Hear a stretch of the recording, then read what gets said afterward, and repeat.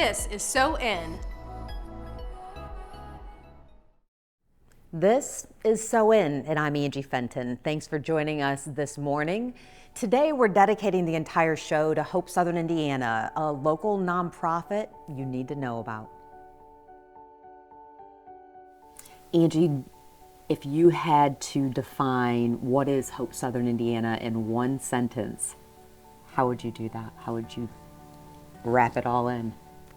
It's easy. Hope Southern Indiana loves and serves everyone, and we treat everyone with dignity and respect. So we are a faith-based nonprofit that loves and serves. With a mission or a tagline, I mean, love God, love people. We see it all over your social media. I hear you say that, and you keep it that simple. Mm-hmm. Yeah, it is simple. I mean, if you go back to the Bible, that's exactly what it says. I mean, all the other stuff doesn't matter as long as you put God first and you love people. What's been your trajectory with Hope Southern Indiana? How did you get here? I came in about 9 years ago as the assistant director and just fell in love with the place and knew that what life meant to me and where I wanted to go. In Hope Southern Indiana, our paths were the same. And I just saw a positive path working with our community and working with the other people who have, the same ideas as I have. Where were you before those 9 years? What were you doing? I was teaching music at Mount Tabor Elementary. That's a little bit of a transition. It was. Although we'll get to your music, because your music, I think, is something people who know Hope also get to enjoy that as well. But I mean, you see people at the lowest of the lows, at their most vulnerable. What is that like on a daily basis? Well, if I didn't have hope that they could overcome, everything that's coming their way, it would be very depressing. But I do know that there is a better way and that we can help them get there. The very word hope means having a positive outlook on what's to come. And if they come in and they're sad and it's all woeful, and we can change that to, look, this is possible for you, then we've done our job. I mean, that's all we can do, is give them a positive way to look at things. I'm pretty sure that I'm correct in this, that there's no 2 days alike. But how would you describe a typical day at Hope? Oh my goodness. So first thing in the morning, we have people that are lined up outside the door for rent and utility assistance. We try to keep people from losing their homes or being evicted, because once they're evicted, it is so hard to get them back into a home. So those are top priorities for Hope. Keep families together, keep them housed together, keep kids in their school districts. So first thing in the morning, that's really what we start with. Then throughout the day, we have people dropping off donations around the back. We have many conversations with pastors and with churches, with congregation members in need. We have homeless people coming in the door that really just need to freshen up. They need a little bit to eat. And some of them just come in for prayer. They're just like, hey, I want to tell you what I did today. Here's my day. Here's where I'm at.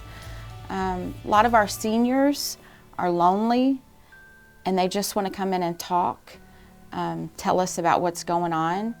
During COVID, so many were isolated, and we got to know a lot of them just by conversations in our waiting room. So our day can be, we can get a call that 10,000 pounds of meat's being donated, right, or we can get a call to come pick up or deliver. We just never know what the day brings. When you get up in the morning, how do you prepare yourself for the day? Oh, I have a devotional that I do every day called Jesus is Calling. It's really sweet. I used to do it with my kids when they were little, and now they have an adult version, so that's how I start my day. Usually that and music. What about your staff? What can you tell us about how instrumental that staff is to the inner workings of Hope? Gosh, during the hiring process, we really vet them to say, look, can you work here and not judge people? Can you work here and love people? What's your tolerance level like? People burn out really quickly.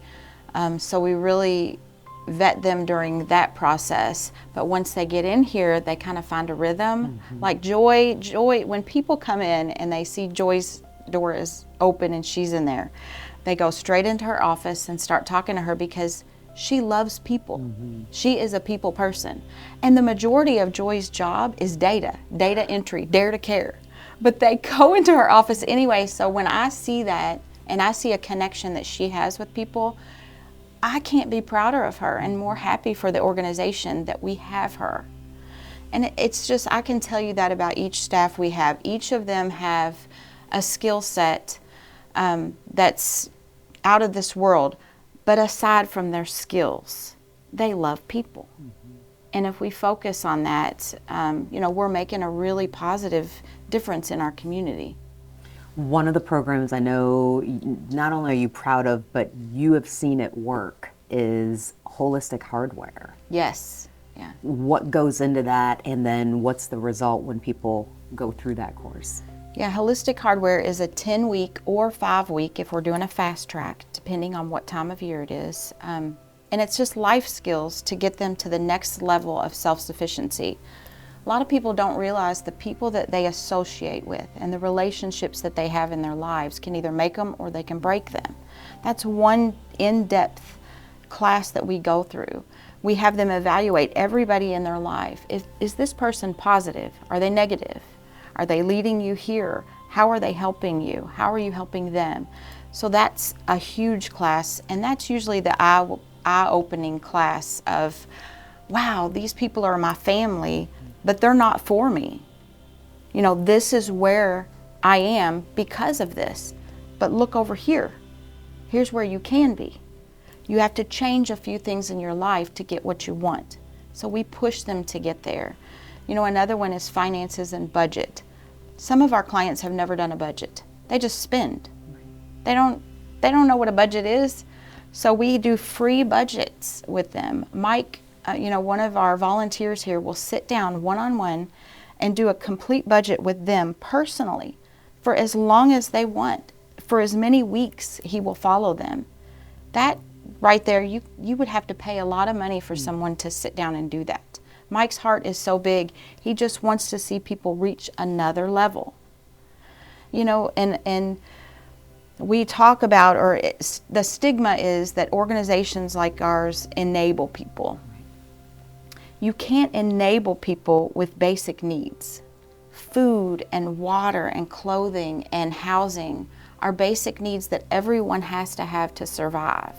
That doesn't enable people to stay where they are. But this program gives them access to reach multiple levels. Go back to school, get a better job. Go to your employer and say, I'm undervalued, I'm underpaid. Here's what I can offer you. We just give them a little bit of confidence to face some of what's coming their way, and do it in a positive way. What services do you offer to veterans? Oh goodness, so we help with housing, we help with their veteran court fees. A lot of our veterans are in a second chance court, which is called Veterans Court. It's amazing. So it's for minor offenses that these guys may have done. They come back from being in wartime or being overseas or being in this structure that, when they come back to normalcy, they don't know what to do. So some of them may go have too many drinks at a party or, whatever it is, whatever got them in trouble, this gives them another chance. We see value in people who lay down their lives for us. Why wouldn't we step up? And when I see veterans come in the front door that don't have enough food to feed their families, there is something wrong. So our churches and our community want to make sure that these veterans have enough food, for their families. But, we help with clothing, we help with gas cards for them to get to their appointments. A lot of them are in therapy. A lot of them have to go to AA or they have to go to the VA. The VA is pretty far from here, for them to travel. So we offer things like that just to help them, succeed in whatever they're trying to do. So. How do you still have hope yourself? I I think there hasn't been a person around that I have ever spoken to who hasn't at least touched on your joyful heart. I mean, you have I've walked with you through some of the toughest times, and you exude joy, you exude hope. Where does that come from? Because I mean, and there are people burn out from this, from what you do, because they don't want to see it anymore. They can't take it anymore. Your heart seems to just get bigger. Because I've seen what God can do. I've seen it firsthand with people.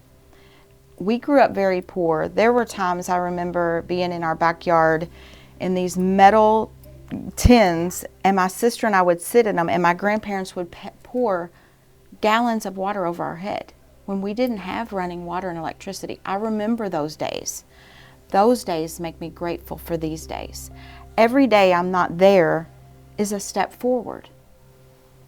Every day our homeless clients can come into a building, get warm, and have food is a step forward from the day before when maybe they were hungry. There's always a way forward.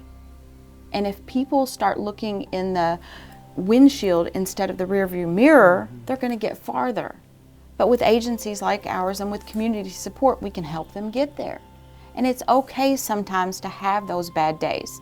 It's okay to reflect, because God says you're going to have valleys and you're going to have mountaintops. But if you praise Him in the valleys and you praise Him on the mountaintop, I mean, it's a win-win. Always. How important is or are the partnerships that you have with so many area churches? They're very important. Hope was built on the backs of 3 churches who really wanted to put the denomination aside and say, okay, how can we help people?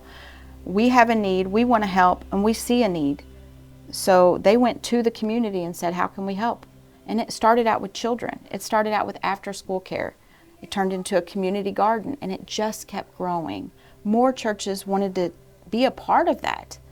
You know, and I get asked all the time, how do you get, 65 churches to get along with each other? And it's like, I don't have to have them all get along, but if they love God and they love people, then they're doing the right thing. They're doing, God's work.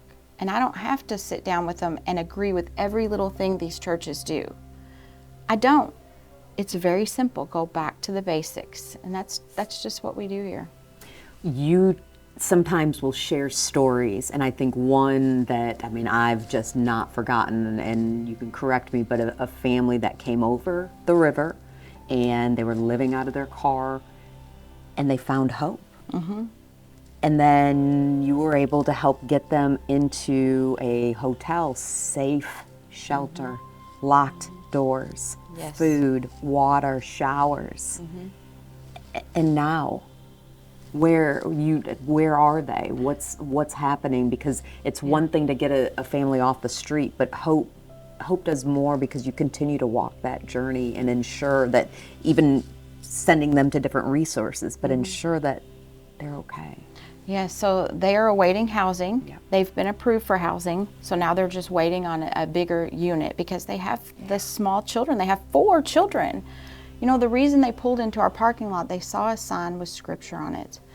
And she didn't know who we were, why we were here, but she pulled into the parking lot because, sleeping in a car and not being able to keep your children safe would, devastate someone. And if I couldn't keep my children safe from moment to moment in the middle of the night, I would pull my hair out. I wouldn't know what to do. They're safe now. They're together. The family was able to get jobs. The kids are all in school, every one of them. We were able to supply them with clothing for back to school. They're just being surrounded by so many people that love them. And one of our local churches reached out not too long ago and said, hey, we want to help a family for Christmas. We really want a family near us. Who can you connect us with? And I connected them with this family. And all I have heard is how amazing it is and how this church has fallen in love with this family. Isn't that what our churches Yeah. were called to do? Yes. Yeah. love God and love others. What can, aside from churches, which collectively can be so powerful in how they help, what can your average person do to benefit Hope and the work that you do here? Volunteering here is essential. We have several shifts that run. On Monday we have 3 shifts. The rest of the week we have 2 shifts. We need volunteers to do applications with people. We need volunteers to answer the phones. We have special volunteers. If their expertise is computer, then they're doing our data entry. You know, we need loving, supportive volunteers in the pantry, because when families come through and they're broken and they're embarrassed, but they still need to feed their children, we need volunteers who will love and support and encourage.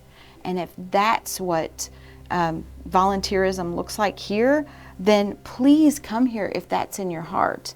But we need volunteers. We always need money. That hotel that you were speaking of came from a grant called the Bader Grant. In order for us to do things like that normal, maybe government agencies can't do, we have to seek out funding. And if you want to donate here, area of greatest need is always what we love to see in that, because we know firsthand what's needed in our community. We see the gaps in service. We see when people fall through the cracks. Oh, they need this here. Somebody needs to pay for storage here. They just lost all of their things because somebody couldn't pay $69. So when we see gaps in service, if we have donations coming in for area of greatest need, then we can fill those, very simply. Grants are a little more difficult. So definitely donations, volunteering, and then also food. So if you have extra food in your house or you go to the grocery, pick up some extra food for neighbors in need. A box of macaroni is going to make a difference between a child going hungry and a child being fed. So a 59-cent box of macaroni is a big deal to us. We don't take that lightly. I still recall how I somehow missed the fact that you can sing. Now, there are lots of people who can sing. You have a God-given gift. And as a board member, which this is, I feel privileged to get to be on this board. I chaired the celebration of partners and churches, the Evening of Joy. And do you remember when I said to you, okay, the first year, I will do this, but only if you sing. I do. And then you did. And yeah. When did you know that God had blessed you with that gift? My mother was a choir director for many years in churches, and she would just take us around to many, many churches when we were growing up. And State Street Baptist Church, which is right down the road from us, was my first solo in a church. I was 10 years old, and I was also baptized that year, so it was a special time for me. But I think around 10 was when I really knew that, okay, God's really calling me in the church. And my mom sang at Pine Ridge Jamboree. Our family, our uncles all owned it, so Mom was a gifted musician, piano player. My stepfather played on the Grand Ole Opry, and he played for Donna Fargo, and he was always on the road playing for people. So that was just in me. Music was just taught, and it was in our family, all the time. What did you sing? Do you remember when you were 10? There's a church in the valley by the Wildwood. Can you sing a couple? I know. Oh my gosh. There's a church in the valley by the wildwood, no lovelier place in the dale. Oh, sweet is my childhood in that place. Oh, sweet is the church in the dale. And you were a 10-year-old. I was 10. You see that? I got goosebumps on my arms there. Oh, man. Where will you be in 10 years from now? Oh my goodness. Hopefully I'll be raising my grandchildren. Yeah, no come pressure. On. No pressure. Not to raising your kids. them, but loving them. Yeah. So we have 4 children. Our youngest just graduated this year, so it's 3 of them are out of the home, and Jackson is still hanging in there with us. But I do see supporting and loving and growing and nurturing, our future family members. I love that part. I'll never stop singing. I'll stop singing until someone tells me I can't sing anymore. So, Hope, I have so many visions and dreams for Hope. I want to buy this property across the street that's for sale. I want us to expand. I want us to do more on the recovery side and helping people get to that, that important level of addiction. Hope, there's so many doors that can be opened. We have to be patient and we have to find the right time, because God says there's a time and place for everything. There's a season for everything. And I hope I'm in that season here at Hope. Trinity Churches has been in New Albany for a long time. We're known for our music, but the best thing about Trinity Church is really the people. We're just a big family walking through life together, encouraging each other during the ups and downs of life. We worship on Sunday mornings at 9 a.m. our traditional service. We have Sunday school at 10:15, and then we have our casual service with praise team at 11:11 a.m. Wherever you find yourself in life, whatever you believe about God, you're probably going to find folks at Trinity that are just like you. It's why we say you belong here at Trinity Church.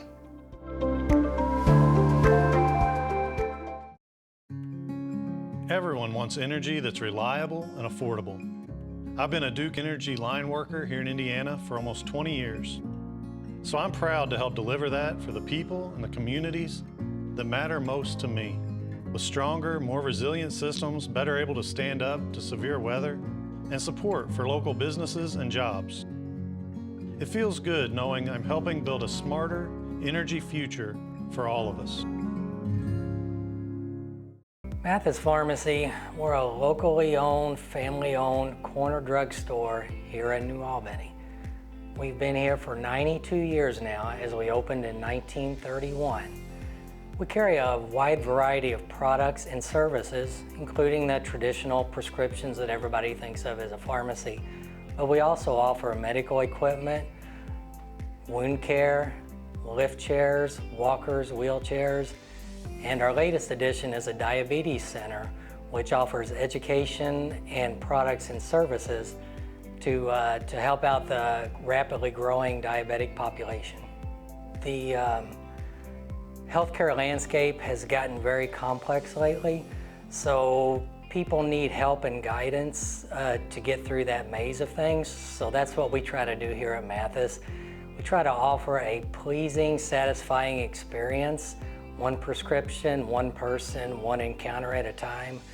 And we support Hope because we know that they do the same thing. They've taken complex issues and they help people get through that. And they do that on an individual basis, helping one person, one client at a time. My name is Tyler Shaheen, owner and founder of Family Furniture Company, where we create spaces for families to thrive. We specialize in creating dining sets for families to gather and grow out together. We support Hope Southern Indiana because we believe in their mission to help create stabilities for families. As somebody who worked at Hope for a couple years, I fully believe in their mission and their reach, and what they're doing is absolutely incredible and so beneficial to the community. Hello, I'm Bill Hudson. I'm the owner of Ben's Bargain Center here in Jeffersonville, Indiana. As a business, we're an extreme value retail company. We sell branded products at deep discounts, cheaper than anyone else in the community. We offer as a company a wide range of products because we buy from the insurance industry. So therefore, sometimes we'll have sporting goods, other times groceries, maybe a large selection of clothing and shoes. But every time you come to Ben's, it'll be a little bit different inventory available for sale. Our theme is one man's trash is another man's treasure. So it's kind of like a treasure hunt shopping at Ben's. We got started here 8 years ago. My brother Ben and I decided to open up this business in 2014. And since Ben still works with me, but since then I've bought him out. And that's hence how we got the name Ben's Bargain Center. We support Hope for Southern Indiana for the main reason is that they help the vulnerable, the most vulnerable of the community. You know, the scriptures teach that if you give to the poor, you're lending to the Lord.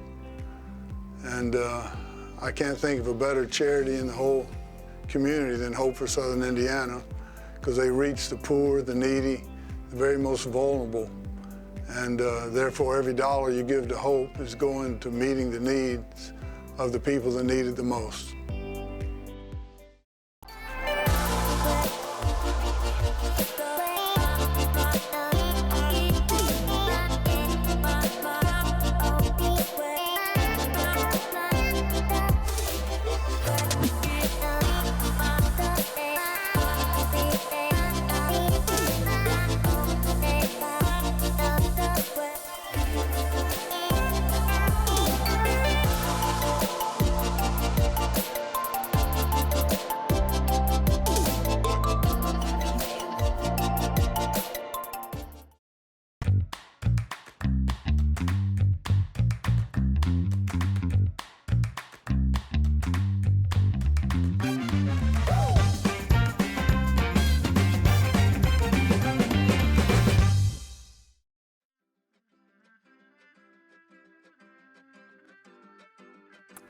Hope, love, guide, God, Jesus, and